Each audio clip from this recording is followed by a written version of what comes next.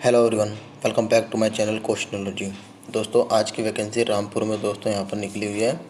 शिक्षा विभाग में कस्तूरबा गांधी बालिका विद्यालय रामपुर में वेरियस पोस्ट पर आप लोगों के यहाँ पर वैकेंसी निकाली गई है।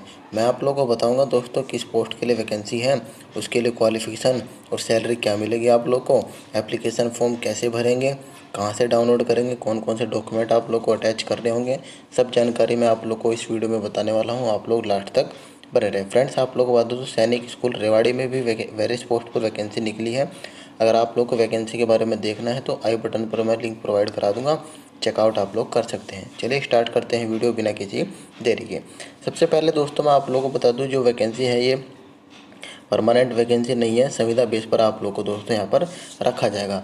ऑफिशियल नोटिफिकेशन के माध्यम से भी दोस्तों मैं आप लोग को इसकी क्वालिफिकेशन की जानकारी देने वाला हूँ। पहले आप लोग यहाँ पर देख सकते हैं कि पियोन की वैकेंसी है, सहायक रसोइया की, मुख्य रसोइया, पूर्णकालिक शिक्षिका साइंस के लिए है और अंशकालिक शिक्षिका जो कि कंप्यूटर के लिए दोस्तों रखी गई है।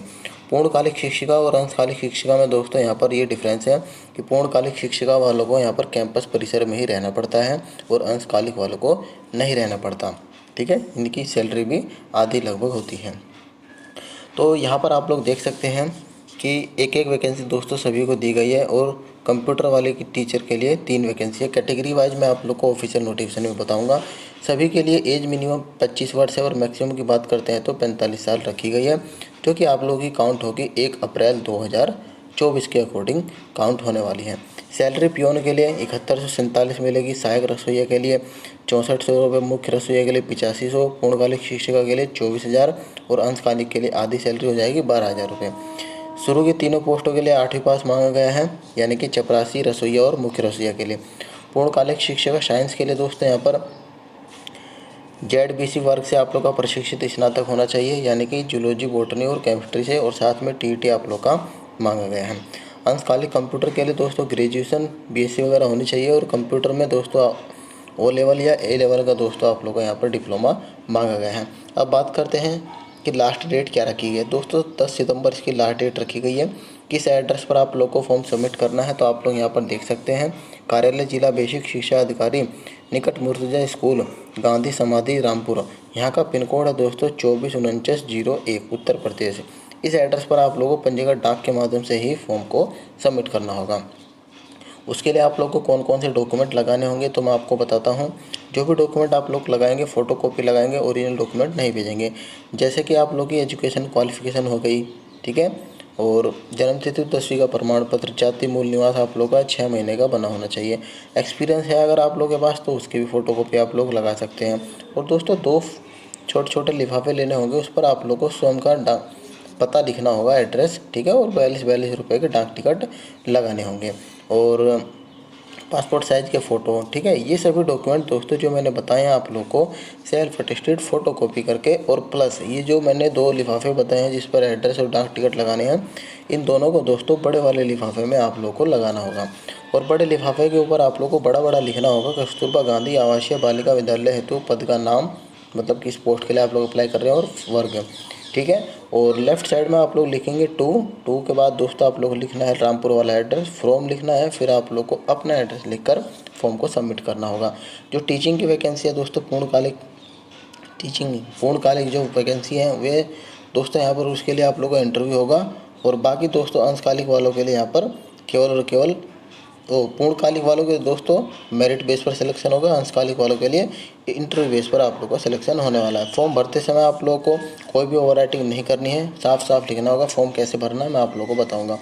एक पद के लिए दोस्तों एक ही लिफाफे का आप लोगों को आवेदन करना होगा, यूज करना होगा। 11 माह 29 दिन के लिए आप लोगों को रखा जाएगा।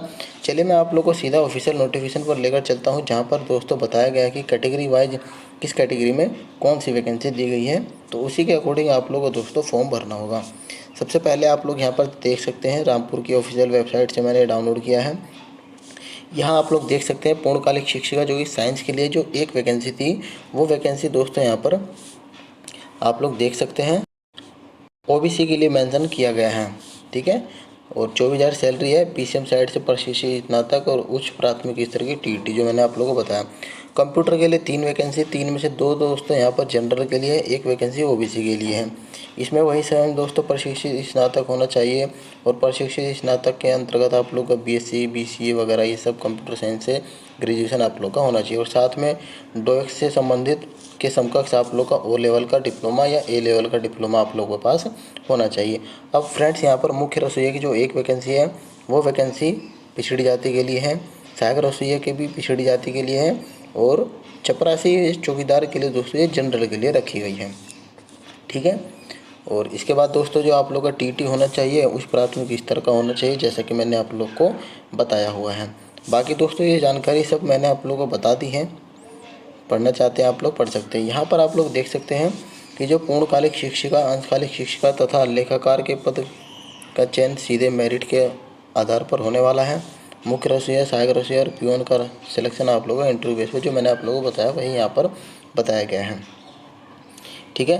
और यहाँ पर देख सकते हैं पूर्णकालिक जो शिक्षिका होती हैं दोस्तों, यहाँ पर आप लोग को विद्यालय परिसर में ही रहना होगा, ये मैंने आप लोग को बता दिया है। 11 माह 29 दिन के लिए रखा जाएगा।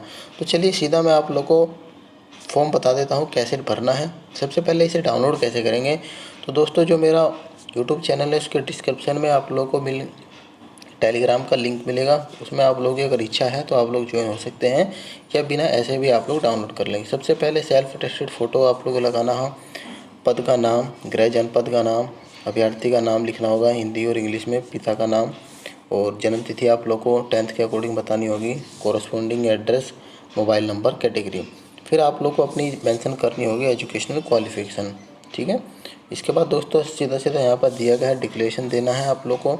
यहाँ सिग्नेचर आप लोग को नाम और सिग्नेचर कर फॉर्म को सबमिट करना होगा। आशा करता हूँ दोस्तों आप लोग को सारी जानकारी क्लियर होगी। कोई डाउट हो तो कमेंट बॉक्स में पूछ सकते हैं। वीडियो इन्फॉर्मेटिव लगी हो तो अपने फ्रेंड्स सर्कल में शेयर करना, वीडियो को लाइक करना। मिलते हैं आपको नेक्स्ट वीडियो में, तब तक के लिए धन्यवाद फ्रेंड्स।